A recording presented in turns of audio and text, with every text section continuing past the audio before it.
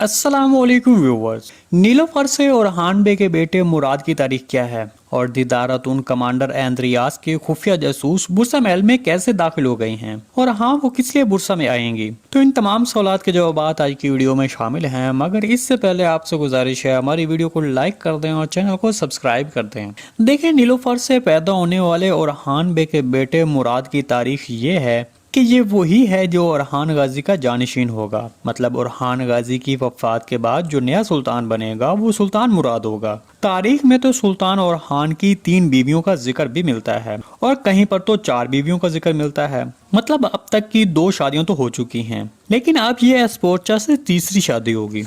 एस्पोर्चा खातून से ओरहान बे के 2 बेटे और 2 बेटियां पैदा होंगी। लेकिन अगर तारीखी लिहाज से 3 या 4 शादियां भी होती हैं तब भी, लेकिन फिर भी ओरहान बे का जानशीन नीलोफर से पैदा होने वाला सुल्तान मुरादी होगा। आपको अब तक की शामिल होने वाली एल्चा खातून जिससे कुरलुश ओरहान में शादी हुई थी, इसके बाद नीलोफर और अब एस्पोर्चा खातून, इन तीनों में आपको कौन सा किरदार ज्यादा अच्छा लगा कमेंट सेक्शन में लाजमी बताइएगा। चलिए अब बात करते हैं कि दीदार खातून बुरसा महल में क्या कर रही थी। जैसा कि आपने गुज़िश्ता किस्म में देखा था कि यगिद बे जलकर मर चुका था और ये सब शहंशाह का और हान बे के लिए बिछाया गया जाल था जिसमें उसका बेटा खुद ही फंस गया। ताहम अब शहंशाह और दीदार खातून इसका बदला लेने के लिए एक मंसूबा बनाएंगे। मतलब और हान बे के शादी वाले दिन, मतलब उसकी खुशी वाले दिन को गमी में बदलने के लिए एक मंसूबा बनाएंगे जिसमें कमांडर एंद्रियास की साथी कमांडर भी शामिल होगी। दीदार खातून अपने बेटे के कत्ल का बदला लेने के लिए और हान बे के पैदा होने वाले बेटे को मार कर लेने की कोशिश करेगी।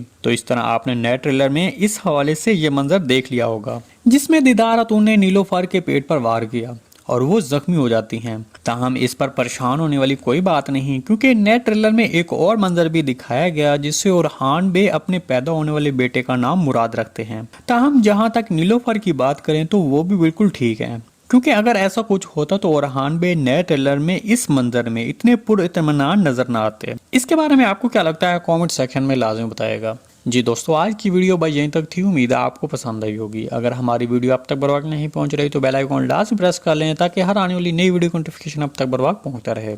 वीडियो अच्छी लगी तो इसको लाइक शेयर कर दें। मिलते हैं किसी नई वीडियो के साथ, अब तक के लिए अल्लाह हाफिज़।